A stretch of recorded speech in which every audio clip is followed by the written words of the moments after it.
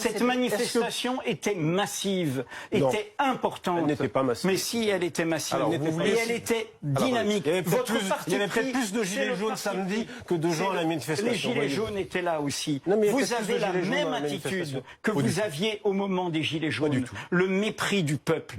Car le peuple est là.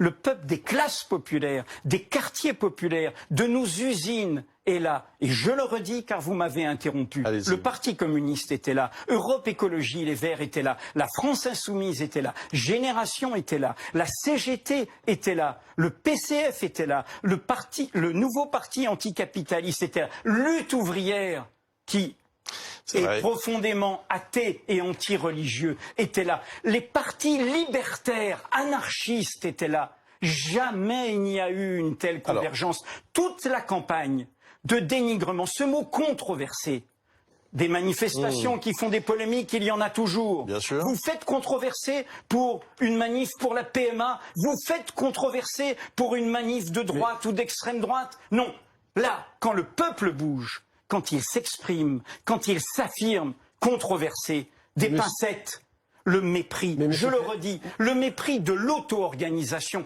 Qu'est-ce qui dérange? En effet, des musulmans s'organisent et ils disent « je suis français et musulman ». Pas l'un sans l'autre, pas l'un contre l'autre, pas l'un malgré l'autre. Ma colère, c'est qu'il y a des gens, vous savez quand même, une mosquée a été attaquée, des journaux défendent le grand remplacement, des journaux défendent le grand remplacement, le président s'exprime dans ces journaux islamophobes.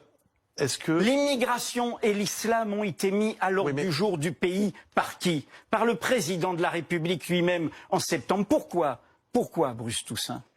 Parce qu'il y a les plus graves attaques sur le terrain social qu'ait jamais connu notre pays. Contre la sécurité sociale, contre l'assurance maladie, contre l'assurance chômage. Ce qui bouillonne dans le pays, ce sont ces causes communes de l'égalité qui ont rendez-vous le 5 décembre. Car c'est le même mouvement, celui qui ébranle tous les peuples du monde aujourd'hui, en Haïti, en Algérie, au Liban, en Amérique latine. Vous n'avez pas vu les étoiles jaunes? Non, je n'ai pas vu d'étoiles jaunes et il n'y avait pas d'étoiles jaunes. Il y avait celles qui ont été... Il y avait une étoile marocaine jaune. Il y avait une photo que vous diffusez en boucle d'une étoile qui est celle qui n'a rien à voir avec l'étoile jaune de Vichy et des nazis, qui est sur le symbole marocain. Et par ailleurs, comme le dit Esther Benbassa, elle-même juive, la sénatrice, elle-même historienne de la cause juive. Absolument. Des discriminations faites contre les juifs. Quelle est la résonance que des compatriotes musulmans brandissent et à juste titre? C'est celle avec la fin du XIXe siècle. Les antisémites du moment de l'affaire Dreyfus ne savaient pas que leurs mots produiraient la solution finale 40 ans après. Ils ne savaient pas que leurs mots allaient vers le crime contre l'humanité. Mais en revanche, à longueur de médias, à longueur de temps, ils désignaient les Juifs en bouc émissaire de nos peurs, de nos inquiétudes. Qu'est-ce qui se passe aujourd'hui dans notre pays? 9 mois de gilets jaunes, vous avez entendu parler des musulmans et de l'islam? Non. Les gilets jaunes disaient question démocratique, question sociale. Qu'est-ce que l'on fait aujourd'hui d'en haut?